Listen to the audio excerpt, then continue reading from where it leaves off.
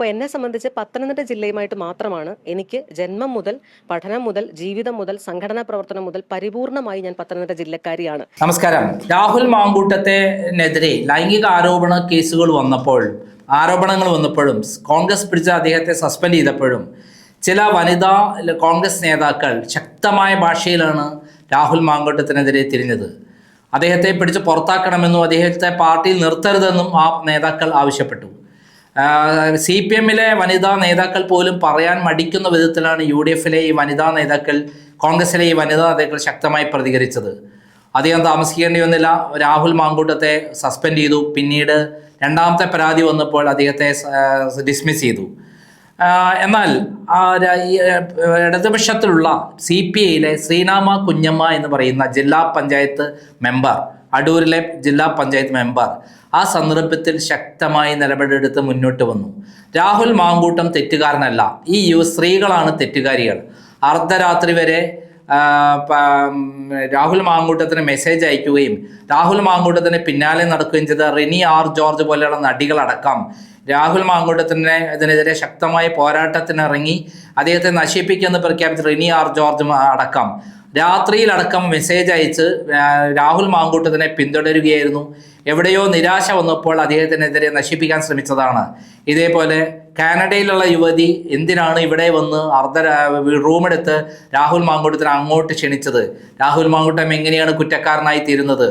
ഇതേപോലെ തന്നെ പാലക്കാടുള്ള വനിതാ മാധ്യമ പ്രവർത്തക നിയമവും കാര്യവും അറിയില്ലേ, എന്നിട്ട് പരാതി പോലും കൊടുക്കാതെ എന്തെങ്കിലും ബലാത്സംഗം നടന്നിട്ടുണ്ടെങ്കിൽ എന്തുകൊണ്ട് അന്ന് പരാതി കൊടുത്തില്ല? വർഷങ്ങളും കൊല്ലങ്ങളും കഴിഞ്ഞ ശേഷം തൻ്റെ പിടിയിൽ ഒതുങ്ങുന്നതല്ല രാഹുൽ മാങ്കൂട്ടം എന്ന് മനസ്സിലാക്കി അവരെ പിടിച്ച് ആ സന്ദർഭത്തിലാണോ പരാതി കൊടുക്കേണ്ടത് എന്ന് പറഞ്ഞുകൊണ്ട് ആഞ്ഞടിച്ചുകൊണ്ട് തന്നെ ശ്രീനാമ കുഞ്ഞമ്മ രംഗത്തിറങ്ങിയത്. ആ ശ്രീനാമ കുഞ്ഞമ്മ ആരാണ്? ശ്രീനാമ കുഞ്ഞമ്മ CPI-യുടെ ജില്ലാ പഞ്ചായത്ത് മെമ്പറായിരുന്നു. ഈ വിഷയത്തിന് ശേഷം CPI-യിലെ AP ജയൻ എന്ന് പറയുന്ന നേതാവ് ഇടപെട്ട് ശ്രീനാമ കുഞ്ഞമ്മയെ അവിടുന്ന് CPI-യിൽ നിന്ന് പുറത്താക്കി. അവർക്ക് രണ്ട് കൈയും സ്വീകരിച്ച് കോൺഗ്രസ് സീറ്റ് കൊടുത്തു. ആ സീറ്റിൽ വൻ വിജയമാണ് ജില്ലാ പഞ്ചായത്തിൽ ശ്രീനാമ കുഞ്ഞമ്മ വിജയിച്ചത്. ഇത് വലിയ തോതിൽ CPI-ക്ക് വലിയ തിരിച്ചടിയായി. അടൂരിൽ ശ്രീനാമ കുഞ്ഞമ്മ വിജയിച്ചത് CPI-യുടെ ഹൃദയഭൂമിയിലാണെന്ന് പറയാൻ പറ്റും. അവരുടെ ഹൃദയം തകർത്തിട്ടാണ് വിജയിച്ചത്. ഈ സന്ദർഭത്തിലാണ് പുറത്തു വന്ന വിവരപ്രകാരം ആറന്മുളയിൽ ശ്രീനാമ കുഞ്ഞമ്മ ഇലക്ഷൻ നിൽക്കാൻ പോവുകയാണ്. അതുകൊണ്ട് തന്നെ അവിടെ ശ്രീനാമ കുഞ്ഞമ്മയെ തകർക്കേണ്ടത് ആവശ്യമാണ് എന്ന് വീണ ജോർജ് ഒരു പ്ലാൻ ചെയ്യുന്നത്. അത് അവർ ചില CPI നേതാക്കന്മാരെ വിളിച്ചു വരുത്തുകയും ചെയ്യേണ്ട പ്ലാനുകൾക്ക് രൂപകൽപ്പന ചെയ്തു എന്നാണ് പറയപ്പെടുന്നത്. അങ്ങനെ ശ്രീനാമ കുഞ്ഞമ്മയുടെ റേഷൻ കാർഡ് റദ്ദാക്കാൻ വേണ്ടി റേഷൻ ഓഫീസറെ സ്വാധീനിച്ച് തട്ടിപ്പിന് നേതൃത്വം കൊടുത്തത് വീണ ജോർജ് ആണെന്നുള്ള വിവരമാണ് പുറത്തു വന്നിരിക്കുന്നത്. അങ്ങനെ വീണ ജോർജിന്റെ നിർദ്ദേശപ്രകാരമാണെന്ന് പറഞ്ഞുകൊണ്ട് വന്ന വാർത്തകൾ പ്രകാരം തന്നെ നമ്മൾക്ക് കാണുന്നത് എന്താണ്?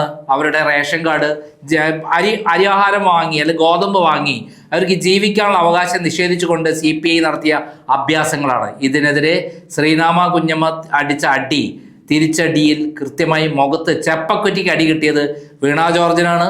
വീണ ജോർജാണ് ഈ അടിത്തട്ടിൽ നിന്നുകൊണ്ട് ഈ കളികളെല്ലാം കളിക്കുന്നതെന്ന് ആർക്കും അറിയില്ല എന്നാണ് ധാരണ. അതിന് അവരുടെ ഇടയിലുള്ള ചില ആളുകൾ തന്നെയാണ് ഈ കാര്യം ഇപ്പോൾ പുറത്ത് അറിയിക്കുന്നത്. വീണ ജോർജ് എന്ന് പറയുന്നത് എന്നെ കള്ളക്കേസിൽ കുടുക്കി അറസ്റ്റ് ചെയ്യിച്ച ഒരാളാണ്. അവരുടെ വീട്ടിൻ്റെ അടുത്തുള്ള ഒരാൾ എന്ന് പറഞ്ഞുകൊണ്ട് ഒരാൾ എനിക്ക് ഫോൺ ചെയ്യുകയും അവരുടെ വളരെ ഹോട്ടായ വീഡിയോ ഉണ്ടെന്ന് പറഞ്ഞ് എനിക്ക് അവർ പെൻഡ്രൈവ് എത്തിക്കുകയും ചെയ്തു. എന്നാൽ ഞാൻ തൊട്ടില്ലായിരുന്നു. എന്നാൽ അതേ സംഭവം ആവശ്യപ്പെട്ടുകൊണ്ട് ഒരു കത്ത് എനിക്ക് വരികയാണ്. ആ കത്ത് പ്രകാരം എൻ്റെ കൈവശം അങ്ങനത്തെ വീഡിയോ ഒന്നും ഇല്ല എന്ന് ഞാൻ പറഞ്ഞുകൊണ്ട് ഒരു വീഡിയോ ചെയ്തതിനെതിരെയാണ് എന്നെ കള്ളക്കേസിൽ കുടുക്കി എന്നെ ജയിലിൽ അടച്ചത്. ആ കേസ് ഇപ്പോൾ ഹൈക്കോടതി കോഷ്യാൻ കൊടുത്തിരിക്കുകയാണ്. വീണ ജോർജ് ഇപ്പോൾ നെട്ടോട്ടത്തിലാണ്. എന്തായാലും ഇപ്പോൾ വീണ ജോർജിന്റെ സകല കള്ളത്തരങ്ങളും കണ്ണൂരിൽ പൊളിഞ്ഞ് പാളീസായിപ്പോയി KSUക്കാരുടെ മുന്നിൽ. ഇപ്പോൾ KSU നേതാവ് അതുൽ ധർമ്മടത്ത് പിണറായി വിജയനെ നേരിടാൻ പോകുന്നു എന്നുള്ള വാർത്തയാണ് പോകുന്നത്. അങ്ങനെയെങ്കിൽ അത് വലിയൊരു അട്ടിമറി വിജയം തന്നെ ധർമ്മടത്തുണ്ടാകാൻ സാധിക്കും. അതുൽ എന്ന് പറയുന്ന ചെറിയ ഒരു ആൺകുട്ടി പിണറായി വിജയനെ മുട്ടുകൊത്തിക്കാൻ തയ്യാറാണെങ്കിൽ അത് അവിടുത്തെ ജനങ്ങൾ മൊത്തത്തിൽ വോട്ട് ചെയ്യാൻ സാധ്യതയുണ്ട്. കാരണം അദ്ദേഹത്തോട് സഹതാപ തരംഗം ഉണ്ടാകും. കാരണം കണ്ണൂരിൽ അദ്ദേഹത്തെ ആയുധം ഉപയോഗിച്ച് വീണ ജോർജിനെ ആക്രമിച്ചു, കൊല്ലാൻ ശ്രമിച്ചു എന്ന് പറയുന്ന കള്ളക്കഥയുണ്ടാക്കി, പരിക്കേറ്റു എന്ന് പറഞ്ഞ കഥയുണ്ടാക്കി അഭിനയിച്ച വീണ ജോർജിന്റെ കളികളെല്ലാം ലോകം കണ്ടിട്ടുള്ളതാണ്. പിണറായി വിജയനാണ് അതിന് കാരണക്കാരൻ. പിണറായി വിജയൻ അപ്പോൾ തന്നെ ഓടിയെത്തുകയും അദ്ദേഹത്തിനെ എന്താക്കി, ഇങ്ങനെ ഒരു സംഭവം വലിയ ഭീകരമായ അവസ്ഥയിലേക്ക് ആക്കുകയും കേരളം മുഴുവൻ കത്തിക്കുകയും ചെയ്തു. ഇപ്പോൾ അതെല്ലാം കള്ളമാണെന്ന് പോലീസ് തന്നെ പറയുകയാണ്. ആയുധവുമില്ല, കോപ്പമില്ല, വീണ ജോർജ് കള്ളം പറഞ്ഞാണെന്ന് പോലീസുകാർ തന്നെ പറയുകയാണ് അവരുടെ കൂടെയുള്ള. അങ്ങനെയുള്ള വീണ ജോർജാണ് ഇപ്പോൾ ഈ പറയുന്ന ശ്രീനാമ കുഞ്ഞമ്മയെ പുറത്താക്കാൻ വേണ്ടി കളിച്ചത്. ഇപ്പോൾ ശ്രീനാമ കുഞ്ഞമ്മ പച്ചയ്ക്ക് പറയുകയാണ് എല്ലാ കാര്യവും. നമുക്കത് പൂർണ്ണമായി കേൾക്കാം. കാലം അത്രയും കൊല്ലം ജില്ലയിലെ ഒരു സംഘടനാ പ്രവർത്തനത്തിലും ഒരു സംഘടനയുടെ ഭാഗമായിട്ടോ തലപ്പത്തോ അംഗമായിട്ടോ ഇക്കാലയളവിൽ ഞാൻ ഉണ്ടാകാതിരുന്നത്. അപ്പോൾ ഞാൻ പത്തനംതിട്ട ജില്ലയിൽ മാത്രം സംഘടനാ പ്രവർത്തനം നടത്തുകയും പത്തനംതിട്ട ജില്ലയിൽ താമസിക്കുകയും പത്തനംതിട്ട ജില്ലയിലെ സ്കൂളുകളിലൂടെ മാത്രം വിദ്യാഭ്യാസ കാലം പൂർത്തിയാക്കുകയും എൻ്റെ LKG ക്ലാസ് മുതൽ 10ാം ക്ലാസ് വരെ ഞാൻ പഠിച്ചത് എൻ്റെ ഡിവിഷനിൽ തന്നെയുള്ള പത്തനംതിട്ട ജില്ലയിലെ സ്കൂളുകളിലാണ്. ഞാൻ താമസിച്ചത് ഇതേ എൻ്റെ അമ്മാവൻ്റെ അമ്മാവിയുടെ വീടാണ്. ഇപ്പോൾ 2011 അവർ വാങ്ങിച്ച വീടാണ്, അടൂര മണക്കാലയിലെ വീട്. അതിന് മുൻപ് അത്രയും കാലവും 2011 മുൻപുള്ള എല്ലാ കാലത്തും അവർ താമസിച്ചിരുന്നത് കടമ്പനാട് പഞ്ചായത്തിലുള്ള 2 വാടക വീടുകളിലായിട്ടാണ്. അപ്പോൾ ഈ 2 വാടക വീടുകളും ഞാൻ കടമ്പനാട് സ്കൂളിൽ, കടമ്പനാട് പഞ്ചായത്തിൻ്റെ പരിധിയിൽപ്പെടുന്ന സ്കൂളുകളിലാണ് 1ാം ക്ലാസ് മുതൽ 10ാം ക്ലാസ് വരെ പഠിച്ചത്. കടമ്പനാട് വിവേകാനന്ദ ഇംഗ്ലീഷ് മീഡിയം സ്കൂളിലും വിവേകാനന്ദ ഗേൾസ് ഹയർ സെക്കൻഡറി സ്കൂളിലുമാണ് ഞാൻ പഠിച്ചത്. അപ്പോൾ ഈ 2 സ്കൂളുകളിൽ 1ാം ക്ലാസ് തൊട്ട് 10ാം ക്ലാസ് വരെ ഞാൻ പഠിക്കുമ്പോൾ എൻ്റെ സ്കൂളുകളിൽ നിന്ന് വോക്കബിൾ ഡിസ്റ്റൻസിലാണ് എൻ്റെ അമ്മാവിയുടെ 2 വാടക വീടും ഉണ്ടായിരുന്നത്. അപ്പോൾ എന്നെ സംബന്ധിച്ച് പത്തനംതിട്ട ജില്ലയുമായിട്ട് മാത്രമാണ് എനിക്ക് ജന്മം മുതൽ, പഠനം മുതൽ, ജീവിതം മുതൽ, സംഘടനാ പ്രവർത്തനം മുതൽ പരിപൂർണമായി ഞാൻ പത്തനംതിട്ട ജില്ലക്കാരിയാണ്. എന്നെ അൺനെസസറി ആയിട്ട് അനാവശ്യമായിട്ട് കൊല്ലം ജില്ലയുമായിട്ട് കണക്ട് ചെയ്യാൻ ശ്രമിക്കുകയാണ്. നമ്മളൊക്കെ ഒരുപാട് കുട്ടികളുടെയൊക്കെ അഡ്രസ്സിൽ നമ്മൾ കാണാറുണ്ട്. ഒരു കാലഘട്ടം വരെ ചിലപ്പോൾ അവരുടെ അഡ്രസ്സൊക്കെ ഏതെങ്കിലുമൊക്കെ ഒരു ഇടത്തായിരിക്കാം. പക്ഷേ അവരുടെ ജീവിതം മുന്നോട്ട് പോകുമ്പോൾ മറ്റൊരിടത്തേക്കാകുമ്പോൾ അങ്ങനെ ഒരു സാഹചര്യം ഉണ്ടാകുമ്പോൾ ആ അഡ്രസ്സിലേക്ക് മാറ്റപ്പെടുന്നത് എല്ലായിടത്തും കാണുന്ന ശൈലിയാണ്. എനിക്കിതൊരിക്കലും ഇപ്പോൾ തെരഞ്ഞെടുപ്പിന് നിൽക്കാൻ വേണ്ടിയിട്ട് ശ്രീ സുരേഷ് ഗോപി ഉൾപ്പെടെയുള്ളവർ പലയിടത്തും പേര് ചേർക്കുന്നു, വോട്ട് ചെയ്യുന്നു എന്നുള്ള അത്തരത്തിലുള്ള ആരോപണങ്ങളോട് പോലും ഇത് ക്ലബ് ചെയ്യേണ്ട ആവശ്യമില്ല. കാരണം ഒരു തിരഞ്ഞെടുപ്പ് സംബന്ധിച്ച് തിരഞ്ഞെടുപ്പിന്റെ ആവശ്യമായിട്ട് പേര് മാറ്റി അതിനുവേണ്ടി മാത്രം പത്തനംതിട്ട ജില്ലയിലെ ഒരു അഡ്രസ്സ് കണ്ടെത്തി അതിനുവേണ്ടി മാത്രം ഒരു പരിചയമില്ലാത്ത ഒരിടത്തേക്ക് പേര് ചേർത്ത് ഒന്നും വന്നയാളല്ല ഞാൻ. എന്നെ സംബന്ധിച്ച് ജനിച്ച കാലം മുതൽ ഞാൻ താമസിക്കുന്ന, എനിക്ക് ബന്ധമുള്ള, എനിക്ക് ആത്മബന്ധത്തിനപ്പുറം പറയാൻ സാധിക്കുന്ന, എൻ്റെ അമ്മയല്ല എന്നുള്ളത് കൊണ്ട് എനിക്ക് ബന്ധമില്ലാത്തൊരു വ്യക്തിയല്ല. അമ്മാവൻ ഇപ്പോൾ അവർ പറയുന്നത് അമ്മൂമ്മയുടെ അകന്ന ബന്ധം, അവരുടെ അമ്മൂമ്മയുടെ അകന്ന ബന്ധം എന്ന് മാത്രമാണ് അവർ പറയുന്നത്. ഇത് ഇപ്പോൾ റിലേഷൻ ഉണ്ടോ ശരിക്കും? തീർച്ചയായിട്ടും ഉണ്ട്. ഇത് ഇവരുടെ തന്നെ ആരോപണം എനിക്കെതിരെ ഉന്നയിച്ചിട്ടുള്ള 3 പേരാണ്: ശ്രീജിത്ത്, ശ്യാംജിത്ത്, സഞ്ജിത്ത്. അതിൽ ശ്രീജിത്ത്, ശ്യാംജിത്ത് എന്നിവരാണ് ഇന്നലെ മാധ്യമങ്ങളിൽ വന്നത്. ഇത് ഒരു ഡോക്യുമെന്റ് ആണ്, പ്രമാണം, എൻ്റെ പേരിലുള്ള പ്രമാണമാണ്. ഇത് എഴുതി തന്നിരിക്കുന്നയാൾ ശ്രീപാർവതി എസ് പിള്ള എന്ന് പറയുന്നയാൾ ഈ പറയുന്ന 3 പേരുടെയും ഒരേ ഒരു സഹോദരിയാണ്. അവർ 4 മക്കളാണ്. അതിൽ ഏറ്റവും ഇളയ സഹോദരിയാണ് ശ്രീപാർവതി എസ് പിള്ള.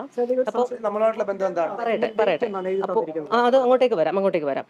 അപ്പോൾ അതിലേക്ക് വരുന്നുണ്ട്. അപ്പോൾ ഇതിനകത്ത് വേണ്ട 3ാമത്തെ പേജിലായിട്ട് കൃത്യമായി പറയുന്നുണ്ട് എന്താണ് നമ്മൾ തമ്മിലുള്ള ബന്ധം എന്നുള്ളത്.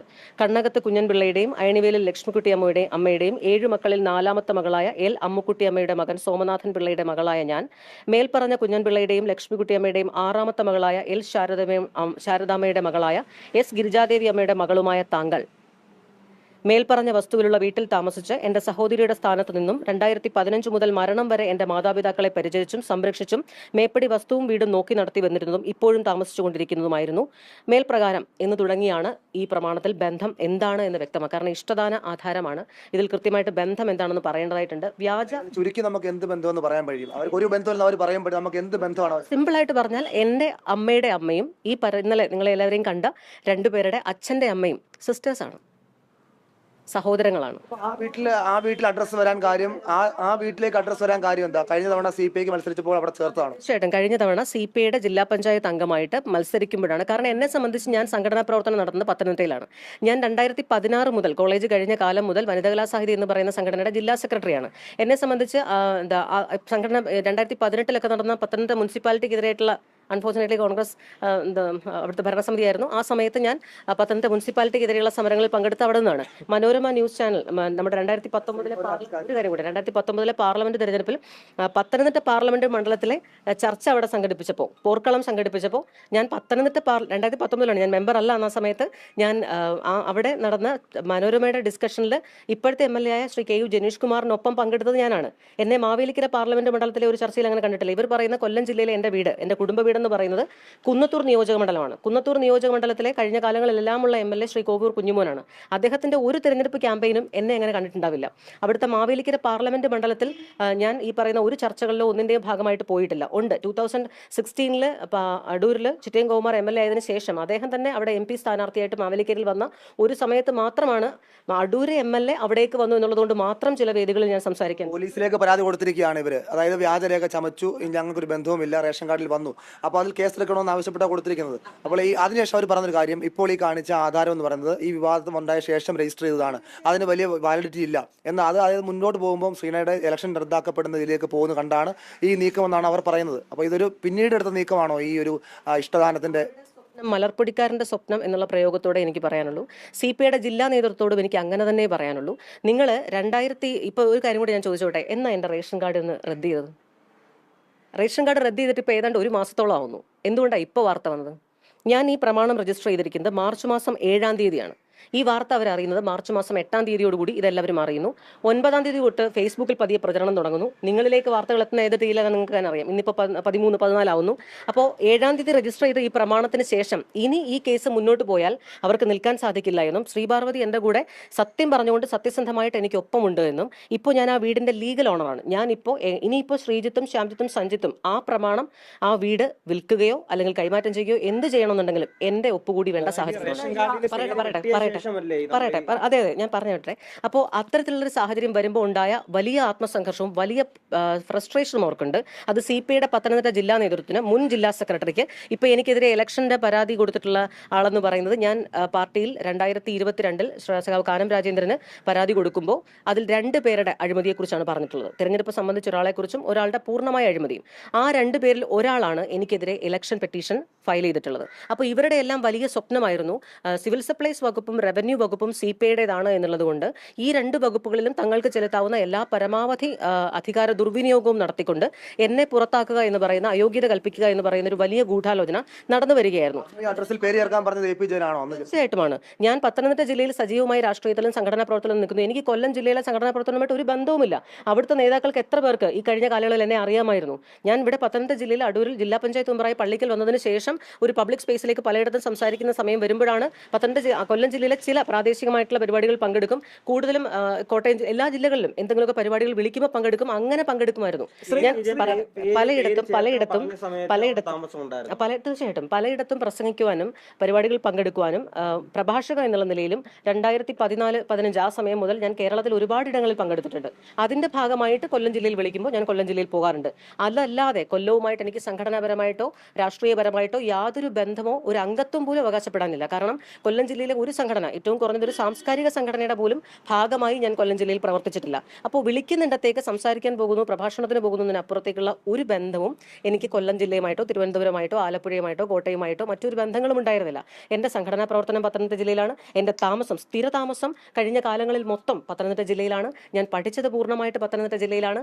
എല്ലാ തരത്തിലും ഞാൻ പത്തനംതിട്ട ജില്ലയിലായിരുന്നു. മോറോവർ എൻ്റെ അമ്മുമ്മ ഇവരുടെ ഈ പറയുന്ന പരാതിക്കാരായിട്ട് ഇന്നലെ വന്നവരുടെ അമ്മുമ്മയും എൻ്റെ അമ്മുമ്മയും സഹോദരങ്ങളായതുകൊണ്ട് തന്നെ ഈ 2 പേരും താമസിച്ചിരുന്നത് എൻ്റെ ഇന്നലെ നിങ്ങളുടെ മാധ്യമങ്ങളുടെ മുന്നിൽ വന്ന ശ്രീജിത്ത്, ശ്യാംജിത്ത് എന്ന് പറയുന്നവർ വാടകയ്ക്ക് കടമനാട് വീട്ടിൽ താമസിക്കുമ്പോൾ ആ വീട്ടിൽ അവർക്കൊപ്പമാണ് എൻ്റെ അമ്മയുടെ അമ്മയും അവരുടെ അച്ഛൻ്റെ അമ്മയും താമസിച്ചിരുന്നത്. കാരണം അവർ തമ്മിൽ അത്രയും അടുത്ത സിസ്റ്റേഴ്സാണ്. അവർ തമ്മിൽ ഒരുമിച്ച് താമസിച്ച് വളർന്നു വന്നു. ഞാൻ ആ വീടിൽ നിന്ന് വോക്കബിൾ ഡിസ്റ്റൻസ് ഉള്ള സ്കൂളിൽ പഠിക്കുന്നു. ഞാൻ അവിടെ ഉച്ചയ്ക്ക് ആഹാരം കഴിക്കാൻ ചെല്ലുന്നു. ഞാൻ അവിടെ താമസിക്കുന്നു. എൻ്റെ ജീവിതം അവിടെയാണ്. 4-ാം ക്ലാസ് വരെ ഞാനും പാർവതിയും, 1 വയസ്സിന് ഇളയതാണ് പാർവതി എന്നെക്കാളും, 1.5 വയസ്സിന്. അപ്പോൾ ഞങ്ങൾ ഏതാണ്ട് ഒരു സ്കൂളിൽ തന്നെയാണ് കുറേ കാലം പഠിക്കുന്നത്. പിന്നെ ഞങ്ങൾ കോളേജ് കഴിയുന്നു. കോളേജ് കഴിഞ്ഞപ്പോൾ ഞങ്ങൾ ഒരുമിച്ച് സിവിൽ സർവീസിന് പ്രിപ്പറേഷനായിട്ട് ഞങ്ങൾ തിരുവനന്തപുരത്തേക്ക് പോകുന്നു. ഞങ്ങൾ ഒരുമിച്ച് പ്രിപ്പറേഷൻ നടത്തുന്നു, പഠിക്കുന്നു. അതിനുശേഷം അമ്മാവന് അൾഷിമേഴ്സിൻ്റെ ഒരു രോഗാവസ്ഥ അധികമായി കഠിനമാവുന്ന സാഹചര്യമായപ്പോൾ ഞങ്ങൾ 2 പേരും തിരിച്ച് വീട്ടിലേക്ക് വരുന്നു. അമ്മാവനെ നോക്കാനുള്ള ഒരു ബുദ്ധിമുട്ടുകളും ഒക്കെ ഉണ്ടാവും. ഞങ്ങൾ കണ്ടിട്ടില്ല ഈ 3 മക്കളെ. 3 മക്കളുണ്ട്. ഒരു സമയത്ത് അമ്മാവി എന്ന് പറയുന്നത് വളരെ ജെന്റിലായിരുന്നു. വളരെ ഇമോഷണലായിട്ട് മക്കളെ നന്നാക്കാനും ഒക്കെ ശ്രമിച്ചിട്ടുണ്ട്. അന്നൊക്കെ അമ്മാവി പരാജയപ്പെട്ടിട്ടുണ്ട്. പക്ഷെ ഒടുക്കം വന്നപ്പോൾ അമ്മാവി വളരെ ബോൾഡായി മാറി. ഇതിനി തിരിയില്ല എന്ന് കാണുന്ന ഒരു സാഹചര്യം, നന്നാവില്ല എന്ന് കണ്ടു കഴിഞ്ഞാൽ പിന്നെ നന്നാക്കാൻ അമ്മാവി ശ്രമിച്ചിട്ടില്ല. അപ്പോൾ അതുകൊണ്ട് ഞാൻ കൂടുതൽ കുടുംബ പ്രശ്നങ്ങളിലേക്കോ ഇവരാരാണോ എന്നോ ഇവരുടെ ഐഡന്റിറ്റി എന്താണോ എന്നോ അവരെക്കുറിച്ച് എനിക്ക് പറയാനുള്ള കാര്യങ്ങളോ പൊതുസമൂഹത്തിന് മുന്നിൽ പറയേണ്ട ആവശ്യം നിലവിലില്ല. ഞാൻ അങ്ങനെ ഒരു വെർബൽ സ്റ്റേറ്റ്മെന്റ് അല്ല ഉദ്ദേശിക്കുന്നത്. പകരം എനിക്ക് പറയാനുള്ളത് ഇത്ര മാത്രമേ ഉള്ളൂ. എന്നെ കൊല്ലം ജില്ലക്കാരിയാക്കാൻ ശ്രമിക്കുന്ന CPIയുടെ പത്തനംതിട്ട പത്തനംതിട്ട ജില്ലാ നേതൃത്വത്തോട് എനിക്ക് അപമാനം മാത്രമേ ഉള്ളൂ. 2018-19 കാലയളവിലാണ് എൻ്റെ അമ്മുമ്മ രോഗാതുരതയാവുന്നതും മരണപ്പെടുന്നതും. അപ്പോൾ ആ സാഹചര്യത്തിൽ പത്തനംതിട്ട ജില്ലയിലെ അന്നത്തെ ജില്ലാ സെക്രട്ടറി, അന്നത്തെ സംസ്ഥാന കമ്മിറ്റി അംഗങ്ങൾ, അന്നത്തെ വനിതകലാസാഹിതി, യുവകലാസാഹിതി ഉൾപ്പെടെയുള്ള സംഘടനാ നേതൃത്വം, അടൂർ മണ്ഡലം സെക്രട്ടറി, യുവജന സംഘടനാ നേതാക്കൾ ഉൾപ്പെടെയുള്ള എല്ലാ ആൾക്കാരും പത്തനംതിട്ട ജില്ലക്കാരുടെ ഒരു വലിയ സാന്നിധ്യമായിരുന്നു എൻ്റെ വീട്ടിലുണ്ടായിരുന്നത്. കൊല്ലം ജില്ലയിലെ ആ വീട് നിൽക്കുന്നത് ശൂരനാട് മണ്ഡലം കമ്മിറ്റിയുടെ പ്രദേശത്താണ്. അവിടെയുള്ള പ്രാദേശികരായിട്ടുള്ള ചില നേതാക്കന്മാർ പങ്കെടുത്തു, ചിലർ പരിചയമുള്ളവർ, അടുപ്പമുള്ളവർ നേതാക്കന്മാർ വന്നു എന്നതിനപ്പുറത്തേക്ക് ഒരു ബന്ധവും എനിക്കോ എൻ്റെ വീട്ടിലുള്ളവർക്കോ അവിടേക്കായിട്ട് രാഷ്ട്രീയപരമായിട്ടോ സംഘടനാപരമായിട്ടോ ഇല്ല. അപ്പം ഞാൻ ചോദിക്കുന്നവരോട് ഇതാണ്, 2018-19 കാലയളവിൽ അന്ന് എൻ്റെ വീട്ടിലേക്ക് വരേണ്ട ഒരു സാഹചര്യം ഉണ്ടായപ്പോൾ നിങ്ങൾ എല്ലാവരും പത്തനംതിട്ട ജില്ലയിലെ നേതൃത്വമാണ് വന്നിട്ടുള്ളത്. ഞാൻ പത്തനംതിട്ട ജില്ലയിലെ സംഘടനാ പ്രവർത്തനത്തിൽ മാത്രമാണ് ഉണ്ടായിരുന്നത്. കൊല്ലം ജില്ലയുമായിട്ട് എനിക്ക് അത്തരത്തിലുള്ള യാതൊരു ബന്ധവും അവകാശപ്പെടാനില്ല. കാരണം ഞാൻ പൂർണ്ണമായും താമസിക്കുന്നതും പഠിക്കുന്നതും ഇടപെടുന്നതും ജീവിക്കുന്നതും എൻ്റെ വീടും പത്തനംതിട്ട ജില്ലയിലാണ്. അപ്പോൾ എൻ്റെ അച്ഛനും അമ്മയും ഓൾമോസ്റ്റ് 5.5 ഇയേഴ്സ്, കറക്റ്റ് ഇലക്ഷൻ ഒരു 2-3 മാസം മുൻപാണ്. ഇലക്ഷന് ഒരു 3 മാസം മുൻപായിരിക്കും. ഇലക്ഷൻ അടുപ്പിച്ച് തന്നെയാണ് റേഷൻ കാർഡിൽ പേര് ചേർത്തതും. ആ CPIയുടെ ജില്ലാ പഞ്ചായത്ത് മെമ്പറായിട്ട് അവിടെ മത്സരിക്കുമ്പോൾ അവിടുത്തെ CPIയുടെ നിർദ്ദേശപ്രകാരം തന്നെയാണ് ആ സമയത്ത് തെരഞ്ഞെടുപ്പിന് മത്സരിക്കുന്ന സമയത്ത് ഞാൻ സ്ഥിരതാമസമുള്ള വീട്ടിലേക്കാണ് മാറ്റിയത്. എനിക്ക് വേണമെങ്കിൽ ഒരു വാടക വീട് എടുത്ത് മാറ്റിക്കൂടെ? എനിക്ക് പത്തനംതിട്ട ജില്ലയിൽ ഒരുപാട് ബന്ധുക്കളുണ്ട്, ഒരുപാട് സുഹൃത്തുക്കളുണ്ട്. വേണമെങ്കിൽ എനിക്കൊരു വാടക വീട് വാങ്ങിക്കാം. ഇനി അതൊക്കെ ഉപരിയായിട്ടൊരു ചോദ്യം, ഈ കഴിഞ്ഞ 6 വർഷത്തിനിടയ്ക്ക് എനിക്ക് വേണമെങ്കിൽ അവിടെ ഒരു വീടും അഡ്രസ്സും ഉണ്ടാക്കാമായിരുന്നില്ലേ? ഇത്രയും കുടുംബ പ്രശ്നമുള്ള വീടാണ്, എനിക്ക് അവിടെ നിന്ന് മാറണമെന്നുണ്ടെങ്കിൽ എളുപ്പമായിരുന്നില്ലേ? എനിക്ക് അങ്ങനെയൊന്നും ചിന്തിക്കേണ്ട ആവശ്യമില്ല. കാരണം ഞാൻ ജനിച്ചു വളർന്ന, ഞാൻ താമസിച്ചിട്ടുള്ള എൻ്റെ വീടാണത്.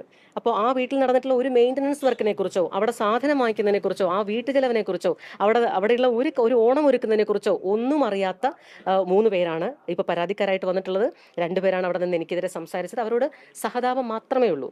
CPIയുടെ പത്തനംതിട്ട ജില്ലാ നേതൃത്വം പറയുന്ന വാക്ക് കേട്ടുകൊണ്ട് ഇങ്ങനെ ഇറങ്ങിത്തിരിക്കുന്നത് പേര് വെട്ടിയതിന്റെ ഉത്തരവ് വന്നതിന്റെ പുറകിലാണ് ഈ സ്ഥലം. അത് രേഖകളിൽ നിന്ന് വ്യക്തമാണല്ലോ ഉത്തരവ്. ഞാൻ ചോദിക്കുന്നത്, പത്തനംതിട്ട ജില്ലയിലെ അടൂർ TSO ഇങ്ങനെ ഒരു നടപടി, ഞാൻ അവിടെ രസകരമായിരുന്നു, അവിടെ എന്നെ ഹിയറിങ്ങിന് വിളിച്ച ദിവസം ജനുവരി 29 എൻ്റെ ഓർമ്മ. ഞാൻ അവിടേക്ക് ചെന്ന് ഇരിക്കാൻ ഒരുങ്ങുമ്പോൾ തന്നെ എന്നോട് TSO പറയുന്ന മറുപടി, മാഡം ഞങ്ങൾ ആ കാർഡ് അങ്ങ് റദ്ദ് ചെയ്യും കേട്ടോ. ഞാൻ ഇരിക്കാൻ ഒരുങ്ങി ഞാൻ എണീറ്റിട്ട് ഞാൻ പറഞ്ഞു, അപ്പം ഞാൻ അങ്ങ് ഇറങ്ങാം, ഇവിടെ ഹിയറിംഗ് വേണ്ട, ഇവിടെ ഒന്നും വേണ്ടാന്നുണ്ടെങ്കിൽ ഇവിടെ നിന്ന് സംസാരിക്കേണ്ട ആവശ്യമില്ല, ഞാൻ പുറത്തേക്ക് ഇറങ്ങാം എന്ന് പറഞ്ഞു. അപ്പോൾ അവർ പറഞ്ഞു അങ്ങനെയല്ല, കാർഡ് റദ്ദ് ചെയ്യും. എന്നിരുന്നാലും എൻ്റെ മാന്യത കൊണ്ടും എനിക്ക് ആ വിഷയത്തിൽ ഗവൺമെൻറ് ഒരു ഹിയറിങ്ങിന് വിളിക്കുമ്പോൾ പങ്കെടുക്കേണ്ടത് അത് ശരിയായ രീതി അതാണ് എന്നുള്ളതുകൊണ്ടും ഞാനിരുന്നു, അവരോട് കാര്യങ്ങൾ പറഞ്ഞു. എൻ്റെ കൂടെ ഈ പറയുന്ന ശ്രീപാർവതി S. പിള്ള എന്ന് പറയുന്ന ഇവരുടെ സ്വന്തം സഹോദരി, അത് നാട്ടിലില്ല, അസാമിലാണ്. അവിടെ നിന്ന് നാട്ടിലേക്ക് ലീവിന് വന്ന സമയത്താണ് എൻ്റെ ഈ TSOയുടെ ഹിയറിങ്ങിന് വിളിക്കുന്നത്. അതുകൊണ്ട് തന്നെ ശ്രീപാർവതി എൻ്റെ കൂടെ ഉണ്ടായിരുന്നു. കഴിഞ്ഞ 5 വർഷക്കാലത്തെ ആ വാർഡിലെ മെമ്പർ എൻ്റെ കൂടെ ഉണ്ടായിരുന്നു. അപ്പോൾ ആ വീടിൻ്റെ ഉടമസ്ഥയായിട്ടുള്ള ശ്രീപാർവതിയുടെ മൊഴിക്ക് വിലയില്ല, എൻ്റെ മൊഴിക്ക് വിലയില്ല, സത്യസന്ധമായിട്ടുള്ള സാഹചര്യത്തിന് വിലയില്ല, അയൽക്കാരുടെ സത്യസന്ധമായിട്ട് മൊഴി കൊടുത്ത അയൽക്കാർക്ക് വിലയില്ല, ആ കഴിഞ്ഞ 5 വർഷക്കാലമായിട്ട് ആ വാർഡിലെ മെമ്പർ കൊടുത്ത മൊഴിക്ക് വിലയില്ല. പകരം CPIയുടെ ജില്ലാ നേതൃത്വവും സംസ്ഥാന നേതൃത്വവും അടൂരിലെ TSOയ്ക്ക് കൊടുത്ത രാഷ്ട്രീയ നിലപാടിനും രാഷ്ട്രീയ ഉത്തരവാദിത്വത്തിനും രാഷ്ട്രീയ സമ്മർദ്ദത്തിനും മാത്രമേ വിലയുള്ളൂ എന്നുള്ള തീരുമാനത്തിന് നമുക്ക് TSO ഉൾപ്പെടെയുള്ള ഗവൺമെന്റ് ഉദ്യോഗസ്ഥർക്കെതിരെ കേസ് നടപടിയായിട്ട് മുന്നോട്ട് പോകണമെങ്കിൽ 60 ദിവസത്തെ നോട്ടീസ് പീരീഡ് ഉണ്ടെന്നാണ് എൻ്റെ വിശ്വാസം. അതനുസരിച്ചുള്ള ലീഗൽ പ്രൊസീഡിങ്സ് ഉറപ്പായിട്ടും ഒരു ഉദ്യോഗസ്ഥർ ഈ പറയുന്ന പോലെ രാഷ്ട്രീയക്കാരുടെ തൊഴിലാളികളായിട്ട് മാറുന്നുണ്ട് എങ്കിൽ, എന്ത് തരത്തിലും മറ്റൊരാളുടെ ജീവിതം ഇല്ലാതാക്കാൻ രാഷ്ട്രീയ പകപോക്കലിന് കൂട്ടുനിൽക്കുന്നുണ്ട് എങ്കിൽ, ഒരു ഉദ്യോഗസ്ഥർക്കെങ്കിലും അതിൻ്റെ ശിക്ഷാ നടപടി ശരിയായി കിട്ടുമ്പോൾ സ്വാഭാവികമായിട്ടും ഇതൊരു കൃത്യമായ സന്ദേശം പുറത്തേക്ക് കൊടുക്കുമെന്ന് ഞാൻ വിശ്വസിക്കുന്നു. അതുകൊണ്ട് തന്നെ അടൂർ TSOയ്ക്കെതിരെ സാധ്യമായ എല്ലാ നിയമ നടപടികളുമായിട്ട് മുന്നോട്ട് പോകും. അത് ഇപ്പോൾ തുടങ്ങിയിട്ടുണ്ട്, അതിൻ്റെ ഫലമായിട്ട് മുന്നോട്ട് പോകാനായി. അതെ, ഇലക്ഷൻ ID കാർഡ് ഇവിടെ തന്നെയാണ്, റേഷൻ കാർഡ് ഇവിടെ തന്നെയാണ്, ഞാൻ താമസിച്ചു വന്നത് ഇവിടെ തന്നെയാണ്, സ്ഥിരമായി താമസിക്കുന്നത് ഇവിടെ തന്നെയാണ്. ജനുവരി 21 ഞാൻ ഈ പറയുന്ന ശ്യാംജിത്ത് എന്നയാൾക്ക് അയച്ച മെസ്സേജ് വീണ്ടും കാണിക്കാം. ഞാൻ അയച്ച മെസ്സേജ് ഉണ്ട്, ജനുവരി 21 എന്ത് പറ്റി, അച്ചായൻ പറഞ്ഞു എന്തോ വഴക്ക് പറഞ്ഞു എന്ന്, വാട്ട് ഹാപ്പൻഡ് എന്ന് ഞാൻ അയച്ച മെസ്സേജ് ആണിത്. ഇത് ഈ മെസ്സേജ് അയക്കാൻ കാരണം ആ വീട്ടിൽ കൊടുത്തിരുന്ന നെയ്ബറായിട്ടുള്ള ഒരു വീട്ടിൽ കൊടുത്തിരുന്ന താക്കോല് ഇവർ വാങ്ങിച്ചുകൊണ്ട് പോവുകയും 21 വൈകുന്നേരം ഞാൻ വീട്ടിൽ വന്ന് നോക്കുമ്പോൾ ആ വീടിന്റെ മെയിൻ ഡോറിൽ നിന്ന് പൂട്ട് അതേപടി ഇളക്കി മാറ്റി പുതിയ ഒരു ലോക്കും കീയും ഇട്ടിരിക്കുന്ന ഒരു സാഹചര്യം ഉണ്ടായി. ഇതൊന്നും തന്നെ ഞാൻ ഒരു പരാതിയുമായിട്ട് മുന്നോട്ട് പോകണ്ട എന്ന് തീരുമാനിച്ചത്, ഇത്തരത്തിലുള്ളൊരു വാർത്ത വരുമ്പോൾ കുടുംബ പ്രശ്നങ്ങൾ മാധ്യമങ്ങളുടെ മുന്നിൽ പറയേണ്ടി വരും എന്നുള്ള ഒരവസ്ഥയിലേക്ക് കാര്യങ്ങൾ പോകുന്നത് വ്യക്തിപരമായി ബുദ്ധിമുട്ടുള്ളത് കൊണ്ടും, അവർക്ക് സഹോദരി എന്നുള്ള കൺസിഡറേഷൻ ഇല്ലായെങ്കിലും പാർവതി എൻ്റെ സ്വന്തം സിസ്റ്ററാണ്, എനിക്ക് എൻ്റെ അനിയത്തിയാണ്. ആ പെൺകുട്ടിയുടെ ജീവിതത്തിൽ ഇവരുണ്ടാക്കിയിട്ടുള്ള ഡാമേജസ് ഒരുപാടാണ്. അവളെ ചേർത്ത് പിടിക്കുമ്പോൾ അവൾക്കൊപ്പം എന്താ പറയുക, അവൾക്കൊരു മാനസിക ബുദ്ധിമുട്ട് എൻ്റെ രാഷ്ട്രീയപരമായിട്ടുള്ള കാരണങ്ങൾ കൊണ്ടോ അവരുടെ വിവരമില്ലായ്മ കൊണ്ടോ ഉണ്ടാകരുത് എന്നുള്ളത് കൊണ്ടാണ് ഞാൻ ഈ വിഷയങ്ങളിലേക്ക് ലീഗലി മുന്നോട്ട് പോകാതിരുന്നത്. അതുകൊണ്ട് തന്നെ ഒരു ഘട്ടം കഴിഞ്ഞപ്പോൾ ഇത് വളരെ ഗൗരവമായിട്ടാണ് എന്നും ഇവർ രാഷ്ട്രീയക്കാരുടെ കയ്യിൽ നിന്നും പണം വാങ്ങിക്കൊണ്ട് തന്നെയാണ് ഇത്തരത്തിലുള്ള നിലപാട് സ്വീകരിച്ചതെന്നും വ്യക്തിപരമായി നമ്മളുടെ കുടുംബ ബന്ധങ്ങളിൽ നിന്ന് തന്നെ ഞങ്ങൾക്ക് ബോധ്യപ്പെട്ടതിന്റെ അടിസ്ഥാനത്തിൽ നിയമപരമായിട്ട് ഫെബ്രുവരി മാസം പകുതി കഴിഞ്ഞപ്പോൾ അതുവരെയും ഇവർ ഇതൊരു പക്ഷേ ദേശത്തിന്റെ പുറത്തോ അല്ലെങ്കിൽ ഒരു എടുത്തുചാട്ടവുമാണെങ്കിൽ മാറ്റപ്പെടുമെന്ന് വിശ്വസിച്ചു. മാറില്ല എന്ന് ബോധ്യപ്പെട്ടപ്പോൾ ശ്രീഭാരതി തന്നെ താക്കോൽ ആവശ്യപ്പെട്ടുകൊണ്ട് അടൂർ പോലീസ് സ്റ്റേഷനിൽ പരാതി നൽകി. അപ്പോൾ ആ ഘട്ടത്തിൽ നിൽക്കുകയാണ്. അതിനെ തുടർന്ന് ഒരു നമ്മുടെ അടൂർ വീട് പൂട്ടിയിട്ടിട്ട് താക്കോൽ ഇളക്കി മാറ്റിയിട്ട് എനിക്ക് അകത്തേക്ക് കൃത്യമായി പറഞ്ഞാൽ 21-ാം തീയതി വീടിന്റെ പൂട്ട് മാറ്റുന്നു. അകത്തേക്ക് എനിക്ക് കയറാൻ പറ്റാത്ത സാഹചര്യം ഉണ്ടാകുന്നു. 22-ാം തീയതി TSO വരികയാണെന്ന് ഇവിടെ ഫീൽഡ് വിസിറ്റിന്. TSO വരുമ്പോൾ എന്നെ അറിയിക്കുന്നില്ല, പരാതി കിട്ടി തന്നെ അറിയിക്കുന്നില്ല, അവിടെ വരുന്നത് തന്നെ അറിയിക്കുന്നില്ല. എന്നിട്ട് അവരങ്ങ് റിപ്പോർട്ട് ചെയ്യും ഞാൻ വീട്ടിൽ താമസമില്ല. അപ്പോൾ ഇത് വെൽ പ്ലാൻഡ് അല്ലേ? ഇളക്കി മാറ്റുന്നു, പിറ്റേ ദിവസം TSO വരുന്നു, TSOയുടെ റിപ്പോർട്ട് പോകുന്നു. അപ്പോൾ ഞാൻ സ്ഥലത്തില്ല, ഫീൽഡ് വെരിഫിക്കേഷൻ വരുമ്പോൾ എനിക്ക് വീട്ടിൽ കയറാൻ പറ്റില്ല, സ്വാഭാവികമാണ്. അപ്പോൾ ജനുവരി 20-ാം തീയതി വരെ ആ വീടുമായിട്ട് എല്ലാ ആക്സസുമുള്ള ആ വീട്ടിൽ ക്ലീനിങ്ങിന് ആളെ നിർത്തിയിട്ടുള്ള, ആ വീട് ക്ലീൻ ചെയ്തുകൊണ്ടിരുന്ന, ആ വീട് ഞാൻ താമസിച്ചുകൊണ്ടിരുന്ന എൻ്റെ സ്ഥിരതാമസത്തിന് എൻ്റെ ബിലോങ്ങിങ്സും വീടിനകത്തുള്ള എൻ്റെ വീട് അവർ കൈക്കലാക്കി. അവരുടെ കൂടി വീടാണ്, അങ്ങനെ തന്നെ പറയണം, അവരുടെ വീടാണ്, അവരുടെ കൂടി വീടാണ്. അപ്പോൾ അതുകൊണ്ട് എനിക്ക് അവിടെ കയറാനൊക്കാത്തൊരു സാഹചര്യം ഉണ്ടാക്കിയിട്ട്, ഒരു സാഹചര്യം സൃഷ്ടിച്ചിട്ട് ദേ നോക്കൂ ഇവരിവിടെ താമസമില്ല, അതുകൊണ്ട് റിപ്പോർട്ട് അങ്ങനെ പോകട്ടെ എന്ന് മുകളിൽ നിന്നുള്ള സമ്മർദ്ദം അനുസരിച്ച് പെരുമാറുമ്പോൾ ഇപ്പോൾ ഞാൻ ഫേസ് ചെയ്യുന്ന ഒരു വലിയ ചാലഞ്ച് ഉണ്ട്. ഈ വസ്തു പോക്കുവരവ് ചെയ്ത് കൊടുക്കേണ്ടതാണ് റവന്യൂ വകുപ്പിന്റെ നിർദ്ദേശം. അതനുസരിച്ച് വില്ലേജ് ഓഫീസറുടെ അടുത്ത് 8 ദിവസമായിട്ട് ഞാൻ ഈ വിഷയമായിട്ട് പോക്കുവരവിന് നടക്കുകയാണ്. ഇത് കരമടക്കി തരില്ല, എനിക്ക് കുഴപ്പമൊന്നുമില്ല, എനിക്കിത് വെച്ച് ലോൺ എടുക്കാനില്ല. ഗവൺമെന്റിന് കരം വേണം എന്ന് തോന്നുന്ന സമയത്ത് എനിക്കിത് കരം കൊടുക്കാൻ മതി. എനിക്കിതുകൊണ്ട് ഈ ഡോക്യുമെന്റ് വാലിഡാണ്, ഇത് ലീഗലി കൺസൾട്ട് ചെയ്താണ്, ഇത് സബ് രജിസ്ട്രാർ ഒരു ബുദ്ധിയില്ലാത്തവരല്ല അവിടെ ഇരിക്കുന്നത്. ഈ TSOയെ പോലെയോ മറ്റുള്ളവരെ പോലെയോ രാഷ്ട്രീയക്കാരാണ് എന്നുള്ളതുകൊണ്ട് എന്തും ചെയ്തു കൊടുക്കുന്നവരല്ല. അതുകൊണ്ട് ഇത് കൃത്യമായിട്ട് നിയമപരമായി സാധുതയുള്ളതാണ്. അതുകൊണ്ട് ഗവൺമെന്റ് എൻ്റെ കയ്യിൽ നിന്ന് കരം വേണമെന്നുണ്ടെങ്കിൽ മാത്രം എൻ്റെ കരം വാങ്ങിച്ചാൽ മതി. ഒരിക്കലുമില്ല. ഞാൻ അതിന്റെ അപ്പീലുമായിട്ട് മുന്നോട്ട് പോകുന്നുണ്ട്. നിയമപരമായിട്ട് ഇപ്പോൾ ഞാൻ ആ വീടിന്റെയും പുരയിടത്തിന്റെയും ലീഗൽ ഓണറാണ്. അതുകൊണ്ട് തന്നെ ഇലക്ഷൻ കമ്മീഷന്റെ പരാതിയും കേസും എന്താണെന്നുള്ള മെറ്റീരിയൽ സത്യത്തിൽ എൻ്റെ കിട്ടിയിട്ടില്ല. അപ്പോൾ അതിലെന്താണ് അവരുടെ ആരോപണം എന്ന് എനിക്കറിയില്ല. ഇപ്പോൾ ഈ കാണുന്ന കോലാഹലങ്ങൾ വെച്ചുകൊണ്ട് ഞാനൊരു ഊഹം പറയുകയാണ്, ഇങ്ങനെയൊക്കെ തന്നെ ആയിരിക്കാം അവരുടെ ആരോപണം. കാരണം അവർ എൻ്റെ ഇലക്ഷൻ സമയത്ത് ഞാൻ രാജിവെച്ചതിൻ്റെ പിറ്റേന്ന് തന്നെ ഈ വിധ പരാതികളുമായിട്ട് അന്നൊരു ചാർലി എന്ന് പറയുന്ന ഏർത്ത് പഞ്ചായത്തിലെ CPIയുടെ ഒരു ഹരിതകർമ്മസേനയുടെ വണ്ടി ഓടിക്കുന്ന ഒരാളെ കൊണ്ട് ആണ് പരാതി കൊടുപ്പിച്ചത്. അതിനുശേഷം അതേ വാർഡിൽ തന്നെ ഒരു CPI-കാരനായിട്ടുള്ള ഒരു വിഷ്ണു എന്ന് പറയുന്ന പരാതിക്കാരനായി ഹൈക്കോടതിയിലേക്ക് മൂവ് ചെയ്യുന്നു. ഇവരെല്ലാം തന്നെ CPIയുടെ ബിനാമികളാണ്. ഇപ്പോൾ പരാതിക്കാരായിട്ടുള്ള ശ്രീജിത്തും ശ്യാംജിത്തും സഞ്ജിത്തും